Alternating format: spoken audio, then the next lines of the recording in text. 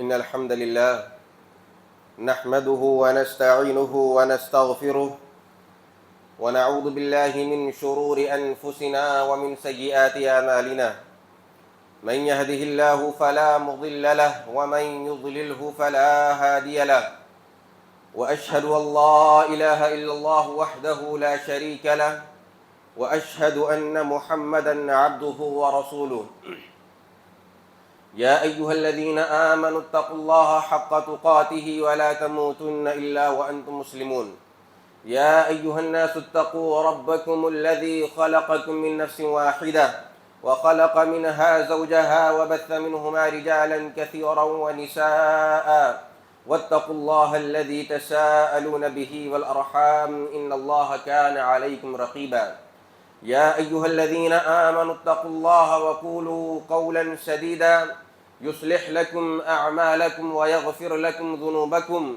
ومن يطع الله ورسوله فقد فاز فوزا عظيما أما بعد فإن خير الحديث كتاب الله وخير الهدي هدي محمد صلى الله عليه وسلم وشر الأمور محدثاتها وكل محدثة بدعة وكل بدعة ضلالة وكل ضلالة في النار أعوذ بالله السميع العليم من الشيطان الرجيم بسم الله الرحمن الرحيم إن الشيطان لكم عدو فاتخذوه عدوا إنما يدعو حزبه ليكونوا من أصحاب السعير. محترم حاضرین جمعہ، تمام قسم کی تعریف، توصیف، بڑائی، بزرگی، کبریائی اس اللہ رب العالمین کے لیے ہے جس نے ہم کو اور آپ کو پیدا کیا اور ہماری رشد و ہدایت کے لیے، ہماری کامیابی اور کامرانی کے لیے اس دنیا کے اندر بے شمار انبیاء کرام کو مبعوث فرمایا۔ درود و سلام نازل ہو تمام نبیوں پر، خاص طور سے آخری نبی حضرت محمد صلی اللہ علیہ وسلم پر، کہ جنہیں اللہ رب العزت نے بشیر اور نذیر بنا کر بھیجا، جنت کی خوشخبری دینے والا اور جہنم سے ڈرانے والا بنا کر بھیجا۔ محترم حاضرین، ہم اور آپ جانتے ہیں کہ کسی بھی چیز سے فائدہ اٹھانے کے لیے اس چیز کی اہمیت کو، اس کی عظمت کو اور اس کی شان کو جاننا ضروری ہے۔ شیطان جو کہ ہمارا دشمن ہے، قرآن میں اللہ فرماتا ہے کہ ان الشیطان لکم عدو، یقیناً شیطان تمہارا دشمن ہے، فاتخذوہ عدوا، تو تم بھی اس کو اپنا دشمن بنا لو۔ ہمارے یہاں ہوتا یہ ہے کہ جب ہم کسی سے دشمنی کر لیتے ہیں، خواہ وہ ہمارا سگا بھائی ہی کیوں نہ ہو، ہمارے گھر کا کوئی فرد ہی کیوں نہ ہو، ہمارے معاشرے کا کوئی انسان ہی کیوں نہ ہو، جب ہم ان سے دشمنی کر لیتے ہیں تو ہماری یہ خواہش ہوتی ہے کہ ہم اس کو تباہ و برباد کر دیں، اس کو ہلاک کر دیں، اس کو مصیبت کے اندر مبتلا کر دیں۔ یہ ہماری خواہش ہوتی ہے جب ہم کسی سے دشمنی کر لیتے ہیں۔ حالانکہ شریعت میں اس بات کی گنجائش ہے ہی نہیں کہ ہم اپنے بھائی سے دشمنی کریں، لیکن یہاں اللہ فرما رہا ہے کہ ان الشیطان لکم عدو، کہ شیطان تمہارا دشمن ہے۔ ہر انسان، ہر مسلمان جانتا ہے کہ شیطان ہمارا دشمن ہے۔ تو کیا کرنا چاہیے؟ اللہ نے فرمایا فاتخذوہ عدوا، تو تم بھی اس کو اپنا دشمن بنا لو۔ کیوں؟ انما یدعو حزبہ لیکونوا من اصحاب السعیر، کیونکہ شیطان اور اس کی جماعت کی یہی کوشش ہوتی ہے کہ وہ ہم کو اور آپ کو جہنمی بنا دے۔ چنانچہ شیطان کی سب سے بڑی چال اور سب سے بڑی کوشش یہ ہوتی ہے کہ ایک مسلمان کو کفر اور شرک کے اندر مبتلا کر دے۔ وہ اس کے لیے سب سے زیادہ کوشش کرتا ہے کہ ایک مسلمان کو مشرک اور کافر بنا دے، لیکن جب وہ اس چال میں، اس کوشش میں ناکام ہو جاتا ہے تو اس کی دوسری سب سے بڑی کوشش یہ ہوتی ہے کہ ایک مسلمان کو بدعت کے اندر مبتلا کر دے۔ کیوں؟ کیونکہ ایک مسلمان جب بدعت کرنے لگ جاتا ہے تو کبھی بھی بدعت سے توبہ نہیں کرتا۔ کیوں؟ کیونکہ مسلمان بدعت کو نیکی سمجھ کر کرتا ہے۔ جتنی بھی بدعت کے کام مسلمان کرتا ہے وہ اس کو گناہ سمجھ کر نہیں کرتا، اور انسان توبہ اسی وقت کرتا ہے جب کسی عمل کو گناہ سمجھ کر کرے۔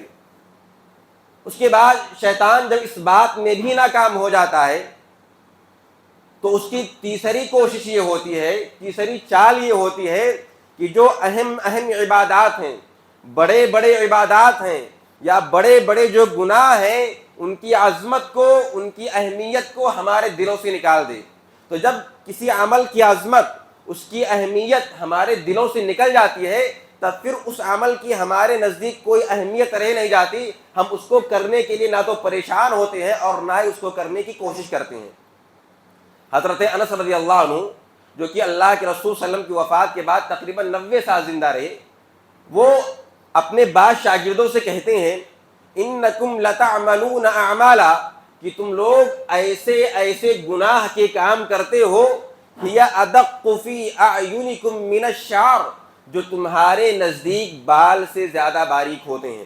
یعنی بڑے بڑے گناہ کے کام کرتے ہو اور گناہ کرنے کے بعد ان کو اہمیت دیتے نہیں ہو، ان کو بھول جاتے ہو، بالکل تمہارے نزدیک ایسے ہوتے ہیں جیسے بال ہوتا ہے. آگے فرماتے ہیں وَكُنَّا نَعُدُّ عَلَىٰ عَهْدِ رَسُولِ اللَّهِ صلی اللہ علیہ وسلم من الموبقات، حالانکہ ہم انہی کام کو، انہی گناہ کو اللہ کے نبی کے دور میں ہلاک کر دینے والے اعمال سمجھتے تھے، برباد کر دینے والا عمل سمجھتے تھے. لیکن تم ایسے لوگ ہو کہ گناہ کرتے ہو، گناہ کرنے کے بعد اس کو کوئی اہمیت نہیں دیتے ہو، اس کو بڑا نہیں سمجھتے ہو، اس کو عظیم نہیں سمجھتے ہو. سوال یہ ہے کہ آخر انہوں نے کون سا عمل دیکھا تھا جس کی بنا پر یہ کہا کہ تم ایسے اعمال کرتے ہو کہ جن اعمال کے کرنے والے کو ہم اللہ کے نبی کے دور میں ہلاک ہونے والا سمجھتے تھے یا منافق سمجھتے تھے. شارحین بیان فرماتے ہیں کہ غالباً وہ 3 اعمال جو حضرت انس رضی اللہ عنہ نے دیکھا تھا ان میں سے ایک عمل یہ تھا کہ بعض لوگ نماز کو وقت نکل جانے کے بعد ادا کرتے تھے.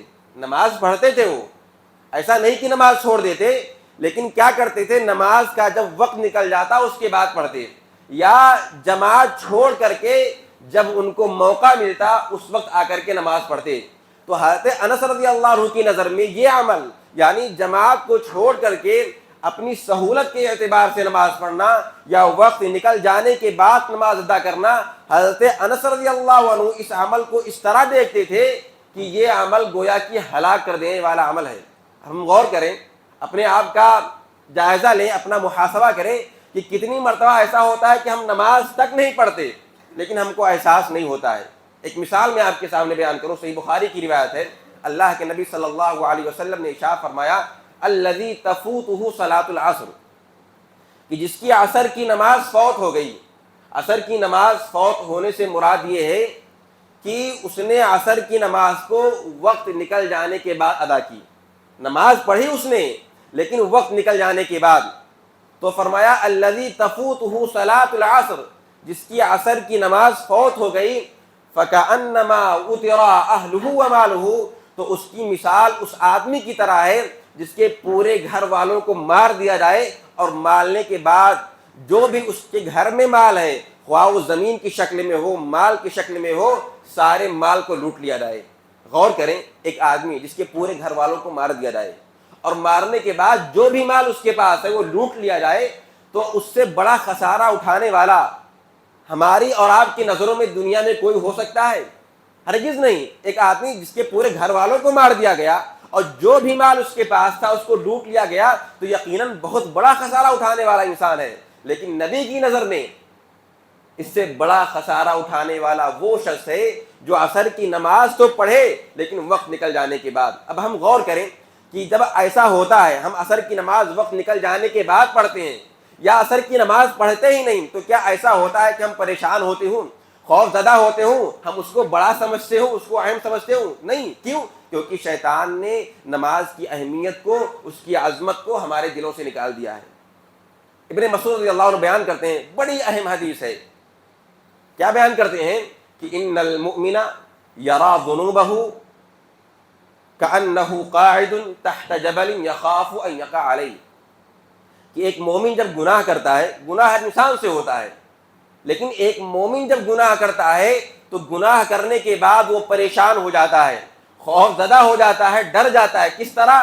کأنہ قاعد تحت جبل یخاف ان یقع علیہ، بالکل اس طرح ڈر جاتا ہے گویا کہ وہ پہاڑ کے نیچے بیٹھا ہو اور پہاڑ اس کے اوپر گرنے والا ہو. ایک آدمی جو پہاڑ کے نیچے بیٹھا ہو اور پہاڑ اس کے اوپر گرنے والا ہو تو کیا بالکل اطمینان کے ساتھ وہ بیٹھا رہے گا؟ آپ پہاڑ چھوڑ دیں، ابھی ہم کو معلوم ہو جائے یہ جو ہمارے اوپر چھت ہے یہ ہمارے اوپر گرنے والا ہے اور یہاں سے نکلنے کا کوئی راستہ نہیں ہے، تو ہماری اور آپ کی کیفیت کیا ہوگی؟ کیا ہم بالکل اطمینان سے بیٹھے رہیں گے، بالکل بے خوف ہو کر بیٹھے رہیں گے؟ نہیں، بلکہ پریشان ہو جائیں گے، خوف زدہ ہو جائیں گے، اس سے نکلنے کا راستہ تلاش کریں گے کہ کس طرح اس سے بچ جائیں۔ تو یہی معاملہ ایک مومن کا ہوتا ہے کہ جب وہ گناہ کر لیتا ہے، اللہ کی نافرمانی کر لیتا ہے، تو گناہ کرنے کے بعد خوف زدہ ہو جاتا ہے، پریشان ہو جاتا ہے، اپنے اندر ڈر محسوس کرتا ہے۔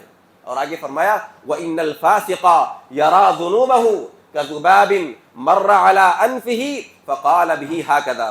لیکن جو فاسق و فاجر ہوتا ہے، اللہ کا نافرمان ہوتا ہے، جب وہ برائی کرتا ہے تو برائی کرنے کے بعد ایسا محسوس کرتا ہے کہ جیسے اس کے ناک کے سامنے کوئی مکھی اڑی اور اس نے ہاتھ سے اشارہ کر کے مکھی کو بھگا دیا۔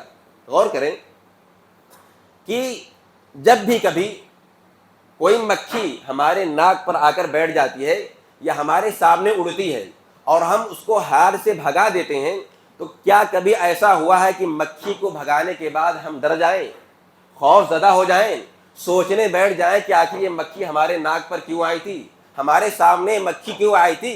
کبھی ایسا نہیں ہوتا ہے۔ اگر کبھی مکھی آ گئی تو ہم نے ہاتھ سے اشارہ کیا، اس کو بھگا دیا اور اپنا کام کرنا شروع کر دیا۔ تو یہی معاملہ ایک فاسق و فاجر کا ہوتا ہے کہ گناہ کرتا ہے، اللہ کی نافرمانی کرتا ہے، لیکن نافرمانی کرنے کے بعد خوف زدہ نہیں ہوتا، ڈرتا نہیں ہے، خوف محسوس نہیں کرتا ہے، بالکل اس آدمی کی طرح جس کے ناک کے سامنے مکھی اڑے اور ہاتھ سے بھگانے کے بعد وہ خوف زدہ نہ ہو، ڈرے نہ۔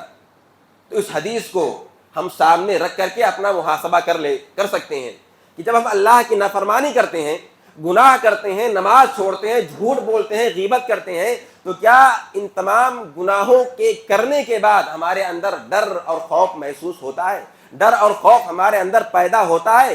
اگر ہمارے اندر گناہ کرنے کے بعد ڈر پیدا ہوتا ہے تو گویا ہمارے اندر ایمان ہے۔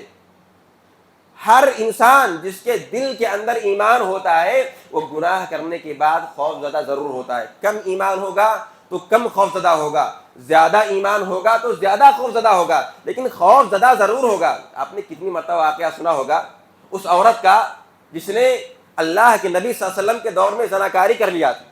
زناکاری کرنے کے بعد وہ اللہ کے نبی کے پاس عورت آتی ہے، کہتی ہے اللہ کے رسول صلی اللہ علیہ وسلم آپ مجھے پاک کر دیں۔ اللہ کے نبی صلی اللہ علیہ وسلم اپنا چہرہ پھیر لیتے ہیں، پھر وہ گھوم کر کے آتی ہے، کہتی ہے اللہ کے نبی مجھے پاک کر دیں۔ جانتے ہیں پاک کرنے کا کیا مطلب ہوتا ہے؟ یعنی وہ کہنے آ رہی ہے اللہ کے نبی سے کہ اللہ کے نبی آپ مجھے پتھروں سے مار مار کر ہلاک کر دیں، کیونکہ جب کوئی زناکاری کرتا ہے تو دنیا میں اس کی سزا یہی ہوتی ہے کہ اس کو پتھروں سے مار مار کر اور پورے مجلس کے سامنے پتھروں سے مار کر ہلاک کر دیا جائے۔ لیکن اس نے گناہ کیا تھا، اور گناہ کرنے کے بعد چونکہ وہ مومنہ تھی، اس کے دل میں ایمان تھا، تو اس قدر ڈر گئی اللہ کے عذاب سے، اس قدر خوف زدہ ہو گئی کہ اس نے دنیا والوں کی پرواہ نہیں کی کہ لوگ مجھے کیا کہیں گے، لوگ میرے بارے میں کیا سوچیں گے۔ وہ اللہ کے نبی کے پاس جاتی ہے کہ اللہ کے نبی آپ مجھے پاک کر دیں۔ کیوں؟ کیونکہ مومن جب گناہ کرتا ہے تو بے چین ہو جاتا ہے، گھبرا جاتا ہے، لیکن فاسق و فاجر گناہ کرنے کے بعد سوچتا تک نہیں، اس کو احساس تک نہیں ہوتا کہ اس نے کتنے بڑے جرم کا ارتکاب کیا ہے۔ تو اس حدیث کو بیان کرنے کا مطلب یہ ہے کہ جب تک ہم کسی چیز کی اہمیت کو نہیں سمجھیں گے، اس کی عظمت کو نہیں سمجھیں گے، ہم اس سے فائدہ نہیں اٹھا پائیں گے، کیونکہ شیطان کی یہی چال ہوتی ہے، یہی کوشش ہوتی ہے کہ جو بڑے بڑے اعمال ہیں، اہم اعمال ہیں، بڑے بڑے گناہ ہیں، ان کی اہمیت کو، ان کی عظمت کو ہمارے دلوں سے نکال دے۔ اب یہ جو رمضان کا مہینہ ہے، اگر رمضان کی اہمیت ہمارے دلوں میں نہ رہے، ہم رمضان کی اہمیت کو نہ سمجھیں، رمضان کی شان کیا ہے ہم نہ سمجھیں، تو آخر ہم رمضان سے فائدہ کس طرح اٹھا پائیں گے؟ ہماری زندگی میں کتنی مرتبہ رمضان آتا ہے اور آ کر کے گزر جاتا ہے، لیکن ہم اس سے فائدہ نہیں اٹھا پاتے۔ کیوں؟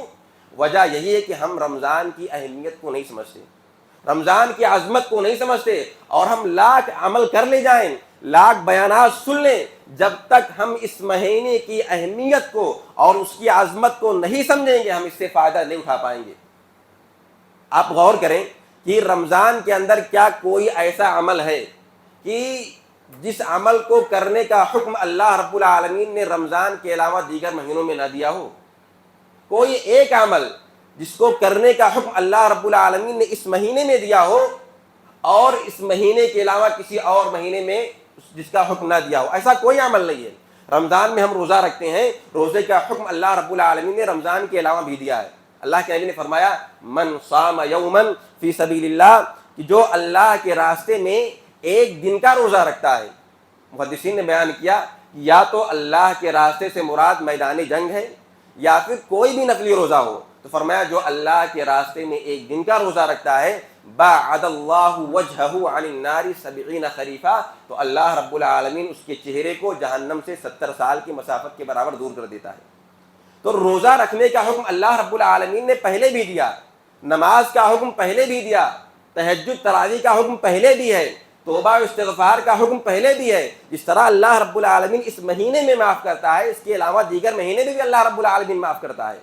لیکن سوال یہ ہے کہ جب اللہ رب العالمین اس مہینے کے علاوہ دیگر مہینے میں بھی نماز پڑھنے کا حکم دیتا ہے، روزہ رکھنے کا حکم دیتا ہے، مغفرت اور بخشش کا وعدہ کرتا ہے. آپ نے کتنی مرتبہ سنا ہوگا کہ اللہ رب العالمین، صحیح مسلم کی روایت ہے کہ ان اللہ یبسط یدہ باللیل، کہ اللہ رب العالمین رات کو اپنا ہاتھ پھیلاتا ہے. کس طرح پھیلاتا ہے ہمیں نہیں معلوم، ہمیں صرف اتنا معلوم ہے کہ اللہ رب العالمین اپنے ہاتھ کو پھیلاتا ہے کیونکہ اس کے نبی نے ہم کو خبر دی ہے. تو فرمایا ان اللہ یبسط یدہ باللیل، کہ اللہ رب العالمین رات کو اپنا ہاتھ پھیلاتا ہے. کیوں؟ لیتوب مسیء النہار، تاکہ دن کے اندر اللہ کی نافرمانی کرنے والا رات میں اللہ سے معافی مانگ لے. وَيَبْسُطُ يَدَهُ بِالنَّهَارِ، اور رات کو بھی اللہ اور دن کو بھی اللہ اپنے ہاتھ کو پھیلاتا ہے. لیتوب مسیء اللیل، تاکہ رات میں برائی کرنے والا اللہ رب العالمین سے معافی مانگ لے. حَتَّى تَطْلُعَ الشَّمْسُ مِن مَغْرِبِهَا، اور یہ معاملہ صرف رمضان میں نہیں ہوتا، سال کے ہر دن ہوتا ہے اور قیامت تک ہوتا رہے گا. اس دن تک ہوتا رہے گا جس دن سورج مغرب سے طلوع نہ ہونے لگے. تو اللہ رب العالمین معاف تو ہر مہینے کرتا ہے، ہر مہینے ہم کو توبہ کرنے کا حکم دیتا ہے. کیونکہ انسان جب گناہ کر لیتا ہے اور گناہ کرنے کے بعد توبہ نہیں کرتا تو وہ دو جرم کا ارتکاب کرتا ہے. ایک کہ اس نے گناہ کیا اور دوسرا گناہ کرنے کے بعد توبہ نہیں کیا. اللہ قرآن میں فرماتا ہے وَمَن لَّمْ يَتُبْ فَأُولَٰئِكَ هُمُ الظَّالِمُونَ، کہ جو لوگ توبہ نہیں کرتے تو وہی لوگ ہی ظالم ہیں. ابن قیم رحمہ اللہ فرماتے ہیں کہ اللہ رب العالمین نے اس آیت کریمہ میں دو طرح کے لوگوں کا تذکرہ کیا اور یہ بیان فرمایا کہ دنیا میں صرف اور صرف دو طرح کے لوگ ہیں، تیسری قسم کوئی ہے ہی نہیں، صرف اور صرف دو طرح کے لوگ ہیں. ایک وہ جو توبہ کرنے والے اور دوسرے جو کہ ظالم ہیں. اب ہم اور آپ اپنا محاسبہ کریں کہ کیا ہم گناہ کرنے کے بعد توبہ کرتے ہیں؟ اگر ہم توبہ کرتے ہیں گناہ کرنے کے بعد، کیونکہ جیسے ہی انسان گناہ کرتا ہے فوراً اس پر توبہ واجب ہو جاتا ہے، تو اگر گناہ کرنے کے بعد ہم توبہ کرتے ہیں تو ہمارا شمار توبہ کرنے والوں میں ہوگا. اور اگر ہم توبہ نہیں کرتے تو ہم اور آپ جان لیں کہ اللہ کہتا ہے کہ اگر آپ گناہ کرنے کے بعد توبہ نہیں کرتے تو آپ ظالم ہیں. کیوں؟ کیونکہ اللہ فرماتا ہے وَمَن لَّمْ يَتُبْ، کہ جو بھی توبہ نہیں کرے گا فَأُولَٰئِكَ هُمُ الظَّالِمُونَ، تو یہی لوگ ظالم ہیں. اور تاکید کے ساتھ اللہ نے بیان فرمائی. عربی زبان میں باتوں کو بولنے کے الگ الگ طریقے ہوتے ہیں. مثال کے طور پر میں آپ سے کہوں کہ فلاں شخص بیٹھا ہے، میں آپ سے آ کر کے خبر دوں کہ فلاں شخص بیٹھا ہے، تو آپ کیا سمجھیں گے کہ ہاں کوئی شخص بیٹھا ہے. لیکن جب میں یہ کہوں کہ فلاں شخص بیٹھا ہی ہے تو آپ اس سے یہ سمجھیں گے کہ میں جس کے بارے میں خبر دے رہا ہوں نہ تو وہ لیٹا ہے اور نہ ہی وہ کھڑا ہوا ہے بلکہ وہ بیٹھا ہی ہے. تو اسی طرح اللہ یہاں کہہ رہا ہے کہ جو توبہ نہیں کرتے وہی ظالم ہے، ان کے علاوہ کوئی اور ظالم ہے ہی نہیں. تو یہ آیت ایسی ہے کہ اس کو ہم سامنے رکھ کے اپنا محاسبہ کر سکتے ہیں، اپنے آپ کو ہم تول سکتے ہیں کہ ہمارا شمار اللہ کے ہاں ظالموں میں سے ہے یا توبہ کرنے والوں میں سے. کیونکہ گناہ تو ہر کوئی کرتا ہے، کوئی دعویٰ نہیں کر سکتا کہ میں گناہ نہیں کرتا ہوں. ہر دن انسان گناہ کرتا ہے، لیکن گناہ کرنے کے بعد اگر وہ توبہ نہیں کرتا تو اللہ کے ہاں اس کا شمار ظالموں میں سے ہوگا، کیونکہ اللہ فرماتے ہیں وَمَن لَّمْ يَتُبْ فَأُولَٰئِكَ هُمُ الظَّالِمُونَ. لیکن اسی طرح ایک اور حدیث جسے بھی ہم نے بارہا سنا ہوگا، اللہ کے نبی فرماتے ہیں ينزل ربنا تبارك وتعالى في كل ليلة إلى سماء الدنيا حين يبقى ثلث الليل الأخير، کہ اللہ رب العالمین ہر رات جب رات کا آخری پہر ہوتا ہے، سحری کا وقت ہوتا ہے، تو اللہ رب العالمین پہلے آسمان پر آتا ہے. ہر رات اللہ رب العالمین پہلے آسمان پر آتا ہے اور کیا کہتا ہے من یدعونی، کون ہے جو مجھ کو پکارے، فاستجیب لا، کہ میں اس کی پکار کو سن لوں. کتنی مرتبہ ایسا ہوتا ہے کہ ہم پریشان ہوتے ہیں، ہمارے گھروں میں مصیبت آ جاتی ہے، ہمارے گھر میں کوئی بیمار ہو جاتا ہے، ہم اولاد کی نعمت سے محروم ہوتے ہیں اور اس کے بعد ہم دنیا میں ہر اس جگہ کا چکر لگا لیتے ہیں جہاں سے ہمیں شفا ملنے کی امید ہوتی ہے۔ وہ لوگ جو اولاد کی نعمت سے محروم ہوتے ہیں، آپ ان سے جا کے پوچھیں کہ وہ اولاد کے لیے کتنی محنت کرتے ہیں، کیسے کیسے ڈاکٹروں کے پاس جاتے ہیں۔ ہاں اگر نہیں جاتے تو اس ذات کے پاس جو ذات انسان کو اولاد دیتی ہے۔ تو اللہ فرماتا ہے کہ وہ ہر رات پہلے آسمان پر، یعنی وہ آسمان جو ہم کو دکھائی دیتا ہے، اللہ رب العالمین اس آسمان پر آتا ہے اور کیا کہتا ہے؟ من یدعونی فاستجیب لہ، کون ہے جو مجھے پکارے میں اس کی پکار کو سن لوں۔ اور آگے فرماتا ہے، اللہ اعلان کرتا ہے کہ من یسألنی، کون ہے جو مجھ سے سوال کرے۔ ہمیں جب کسی چیز کی ضرورت ہوتی ہے تو ہم اپنے جیسے انسانوں کے سامنے ہاتھ پھیلا دیتے ہیں، لیکن جو ضرورتوں کو پوری کرنے والا ہے اور جو آ کر کے کہتا ہے کہ آؤ مجھ سے مانگو، ہم اس کے سامنے اپنے ہاتھ کو نہیں پھیلاتے۔ تو فرمایا من یسألنی، کون ہے جو مجھ سے سوال کرے، مجھ سے مانگے، فأعطیا، کہ میں اس کو دے دوں۔ اور آگے کہتا ہے من یستغفرنی، کون ہے جو اپنا گناہ لے کر میرے سامنے آئے، مجھ سے معافی مانگے اور میں اس کے گناہ کو معاف کر دوں۔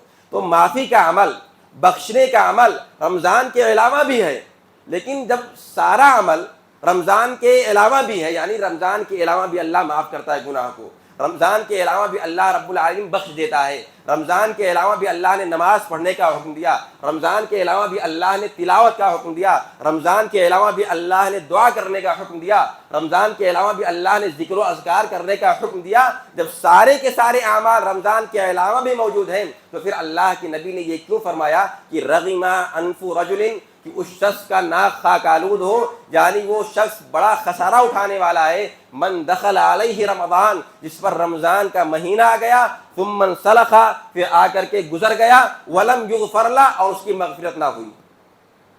جب اللہ اس سے پہلے بھی معاف کرتا ہے، اللہ اس مہینے سے پہلے بھی بخشش کرتا ہے، تو پھر یہ کیوں کہا کہ رمضان کا مہینہ آ جائے اور آ کر کے گزر جائے اور اس کی مغفرت نہ ہو؟ اگر یہ حدیث ہم سمجھ لے جائیں، اس حدیث پر ہم غور کر لے جائیں، تو پھر بہت زیادہ باتیں سننے کی ضرورت نہیں ہے۔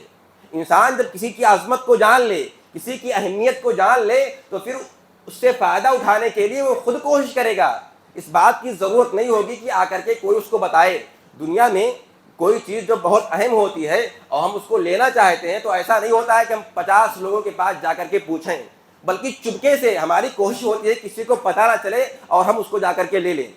تو جب ہم رمضان کی اہمیت کو جان جائیں گے، رمضان کی عظمت کو جان جائیں گے، تو پھر اس چیز کو بیان کرنے کی ضرورت نہ ہوگی کہ آپ رمضان میں کیا کریں۔ آپ خود جائیں گے پوچھنے لوگوں سے، آپ علماء سے خود پوچھیں گے۔ جب رمضان کی عظمت اتنی زیادہ ہے، اتنی اہمیت ہے، تو آخر اس میں کون سا عمل کرنا چاہیے؟ تو عمل کو جاننے سے پہلے ہمیں رمضان کی عظمت کو جاننا ضروری ہے۔ لیکن میں نے بتایا شروع میں کہ شیطان ہمارا دشمن ہے، وہ بڑے بڑے اعمال کی عظمت کو ہمارے دلوں سے نکال دیتا ہے۔ پھر ہوتا کیا ہے کہ جب رمضان کا مہینہ آتا ہے تو لوگ اس بات کو لے کر کے لڑائی جھگڑا شروع کر دیتے ہیں کہ تراویح 8 رکعت ہے یا 20 رکعت ہے۔ یہ اہم نہیں ہے، یہ شیطان کی چال ہے کہ چھوٹی چھوٹی چیزوں میں ہم کو اور آپ کو الجھائے رکھے۔ ہم اور آپ مناظرہ کس بات پر سنتے ہیں کہ رفع الیدین کے بغیر نماز ہوگی کہ نہیں، آمین کے بغیر نماز ہوگی کہ نہیں۔ کیا ہم میں سے کسی نے آج تک اس بات کو لے کر کے مناظرہ سنا ہے کہ بے نمازی کافر ہوگا کہ نہیں؟ نہیں سنا ہوگا آپ نے۔ اب آپ خود غور کریں کہ دونوں میں اہم کیا ہے، نماز پڑھنا نہ پڑھنا یہ اہم ہے یا رفع الیدین کرنا؟ ظاہر سی بات ہے اہم یہ ہے کہ پہلے بندہ مسجد میں آئے، اللہ کے سامنے آئے، لیکن شیطان اس نے نماز کی اہمیت کو ہمارے دلوں سے نکال دیا اور جو چھوٹی چھوٹی چیزیں ہیں اس میں ہم کو پھنسا دیا اور ہم اسی میں پھنسے ہیں، اسی میں مگن ہیں۔ جبکہ ہونا یہ چاہیے کہ پہلے ہم اس بات پر مناظرہ کریں کہ نماز نہ پڑھنے والا کافر ہو جائے گا۔ جب لوگ اس بات کو سمجھیں گے، اس کو اہمیت کو سمجھیں گے تو مسجد میں آئیں گے۔ آپ مسجد میں آئیں، اللہ سے دعا کریں کہ اللہ جو صحیح راستہ ہے، جو سیدھا راستہ ہے، اس کی طرف تو میری رہنمائی کر دے۔ قرآن میں اللہ کہتا ہے والذین جاہدوا فینا لنہدینہم سبلنا، کہ جو ہمارے راستے میں کوشش کرتا ہے تو ہم ضرور اس کو راستہ دکھلاتے ہیں۔ لیکن شیطان کی چال یہ ہوتی ہے کہ جو چھوٹے چھوٹے اعمال ہیں ان میں ہم کو پھنسا دیتا ہے اور جو بڑے بڑے اعمال ہیں ان کی اہمیت ہمارے دلوں سے نکال دیتا ہے اور پھر ان کی کوئی اہمیت رہی نہیں جاتی۔ کتنے ایسے لوگ ہیں جو صرف تراویح اس وجہ سے نہیں پڑھتے کہ فلاں جگہ 8 ہوتا ہے، فلاں جگہ 20 ہوتا ہے، سوچتے کہ میں نماز ہی نہیں پڑھوں گا۔ یہ کیا ہے؟ یہ شیطان کی چال ہے کہ ہم کو اس نے ایسی چیزوں میں الجھا کے رکھا ہے۔ تو ضرور اس بات کی ہے کہ ہم رمضان کی اہمیت کو سمجھیں۔ تو میں نے جو حدیث آپ کے سامنے بیان کی کہ اللہ کے نبی فرماتے ہیں کہ اس شخص سے بڑا خسارہ اٹھانے والا کوئی نہیں ہے جس پر رمضان کا مہینہ آ جائے اور آ کر کے گزر جائے، اس کی مغفرت نہ ہو جائے۔ یعنی کوئی انسان جس پر پورا مہینہ گزر گیا اور مہینہ گزرنے کے بعد وہ برائیوں سے بالکل پاک نہیں ہو گیا، گناہوں سے بالکل دھل نہیں گیا، تو اللہ کی نظر میں اور اس کے رسول کی نظر میں اس سے بڑا خسارہ اٹھانے والا کوئی نہیں ہے۔ کیوں؟ کیونکہ جب رمضان کا مہینہ آتا ہے تو اللہ نیکیوں کے دروازے کھول دیتا ہے، مغفرت کے لیے اللہ خود پکارتا ہے، جنت کے دروازے کھول دیتا ہے، جہنم کے دروازے بند کر دیتا ہے، شیاطین کو قید کر دیتا ہے، اور ایک پکارنے والا آ کر پکارتا ہے، یا باغی الخیر اقبل، کہ اے نیکی کرنے والے، اے اچھائی کرنے والے، اچھائی کی طرف دوڑ، متوجہ ہو جا، ویا باغی الشر اقصر، اور اے نافرمانی کرنے والے، اے گناہ کرنے والے، کم از کم اس مہینے میں رک جا۔ تو نیکیوں کا اللہ رب العالمین ماحول بنا دیتا ہے، ہر طرف نیکیوں کا ماحول ہوتا ہے، مغفرت کے اسباب کو پیدا کر دیتا ہے۔ تو جب شیطان قید ہو، جنت کا دروازہ کھلا ہو، جہنم کے سارے دروازے بند ہوں، اور اللہ رب العالمین بخشش کا وعدہ کر رہا ہو، ایک پکارنے والا پکارتا ہو کہ اے خیر کرنے والے آگے بڑھو، اور اس کے بعد بھی ہماری مغفرت نہ ہو جائے، تو یہ خسارہ اٹھانے والی چیز نہیں تو اور کیا ہے؟ آپ غور کریں کہ اگر ہم میں سے وہ شخص جو بیمار ہو اور روزانہ 1000 روپے کا علاج کراتا ہو، روزانہ 1000 روپے کا علاج کرواتا ہو، اور ایک دن کہا جائے کہ ہفتے میں فلاں دن دور جگہ سے بڑے بڑے ڈاکٹر آنے والے ہیں جس میں آپ کا فری علاج کیا جائے گا، پورے جسم کا چیک اپ ہوگا اور فری میں ہوگا، اب وہ انسان اس دن نہ جائے تو لوگ کیا کہیں گے؟ بڑا خسارہ اٹھانے والا انسان ہے، بڑا بیوقوف انسان ہے، روزانہ 1000 روپے خرچ کرتا ہے، لیکن جب اس کو آفر مل گیا، بڑے بڑے ڈاکٹر آ گئے، علاج کرنے کی ساری سہولتیں اس کو مل گئی، تو وہ جاتا ہی نہیں ہے۔ تو یہی معاملہ رمضان کا ہے کہ اللہ ہم کو آفر دے رہا ہے کہ آؤ میں تم کو معاف کر دیتا ہوں، پھر بھی اگر ہماری مغفرت نہ ہو جائے تو ہم اور آپ اس کو لکھ کر کے رکھ لیں کہ ہم سے بڑا خسارہ اٹھانے والا کوئی نہیں ہے۔ تو جب ہم رمضان کی اہمیت کو سمجھ جائیں، رمضان کی عظمت کو سمجھ جائیں، اس کی عظمت کے سمجھنے کے لیے یہی بات کافی ہے کہ اگر ہم اس سے فائدہ نہ اٹھا پائے تو ہم خسارے میں پڑنے والے ہیں۔ غور کریں کہ اگر ہم اللہ سے معافی مانگیں، اللہ سے گڑ گڑائیں، اللہ کے سامنے متوجہ ہوں، تو کیا ایسا ممکن ہے کہ اللہ ہم سے کہے کہ اس رمضان میں تم کو معاف کر دوں گا، اور اگر تم نے مجھ سے معافی نہیں مانگی تو تم خسارہ اٹھانے والے ہو جاؤ گے؟ تو کیا اس کے بعد بھی اس بات کا امکان ہے کہ ہم اللہ کی طرف متوجہ ہوں، اللہ سے مانگے اور اللہ ہم کو معاف نہ کرے، اللہ ہم کو بخش نہ دے؟ تو ضرور اس بات کی ہے کہ ہم اور آپ تہیہ کر لیں کہ ہمیں اس رمضان میں اپنے گناہوں کی بخشش مانگنی ہے اور اپنے آپ کو پاک صاف کرنا ہے۔ جب ہم یہ عزم کر لیں گے تو پھر یہ دوسرے نمبر پہ اس کا درجہ آتا ہے کہ ہم رمضان میں کون سے اعمال کریں۔ رمضان میں سب سے افضل عمل اور سب سے اہم عمل اگر کوئی ہے تو وہ روزہ رکھنا ہے۔ ہماری اور آپ کی پہلی کوشش یہ ہو جانی چاہیے کہ رمضان کے 30 روزے ہم رکھیں گے، اور دوسرے رمضان کے روزے کے بعد سب سے اہم عمل اگر کوئی رمضان کے اندر ہے تو وہ تراویح۔ اللہ کے نبی نے فرمایا من صام رمضان ایمانا واحتسابا غفر له ما تقدم من ذنبه، جس نے ایمان کے ساتھ ثواب کی امید رکھتے ہوئے رمضان کے روزے رکھے، اللہ اس کے پچھلے تمام گناہوں کو معاف کر دے گا۔ اس کے بعد فرمایا ومن قام رمضان ایمانا واحتسابا غفر له ما تقدم من ذنبه، اور جس نے رمضان میں قیام اللیل کیا، تراویح کی نماز پڑھی ایمان کے ساتھ اور ثواب کی امید رکھتے ہوئے، تو اللہ رب العالمین اس کے بھی تمام گناہوں کو معاف کر دے گا۔ ومن قام لیلۃ القدر ایمانا واحتسابا غفر له ما تقدم من ذنبه، اور جس نے لیلۃ القدر یعنی قدر والی رات کو جاگ کر کے اس میں عبادت کی، تو ایسی صورت میں بھی اللہ ہمارے پچھلے تمام گناہوں کو معاف کر دے گا۔ پتہ یہ چلا کہ رمضان میں سب سے اہم عمل روزے رکھنا ہے، دوسرے نمبر پر تراویح پڑھنی ہے، اور تیسرے نمبر پر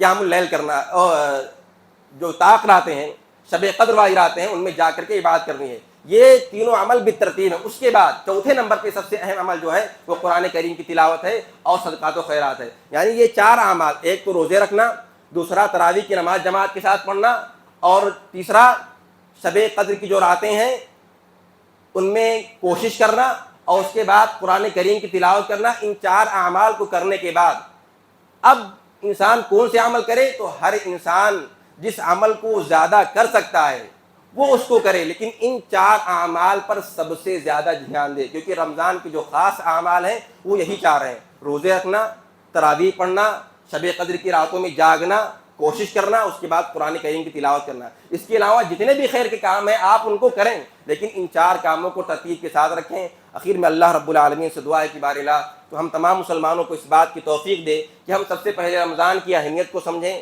اس کی عظمت کو سمجھیں، اور عظمت کو سمجھنے کے بعد اس سے فائدہ اٹھانے اور اس کے مطابق عمل کرنے کی ہمیں توفیق بخشے، آمین۔ بارک اللہ لنا ولکم فی القرآن العظیم ونفعني وإياكم بالآيات والذكر الحكيم إنه تعالى جواد كريم ملك بالرؤوف الرحيم.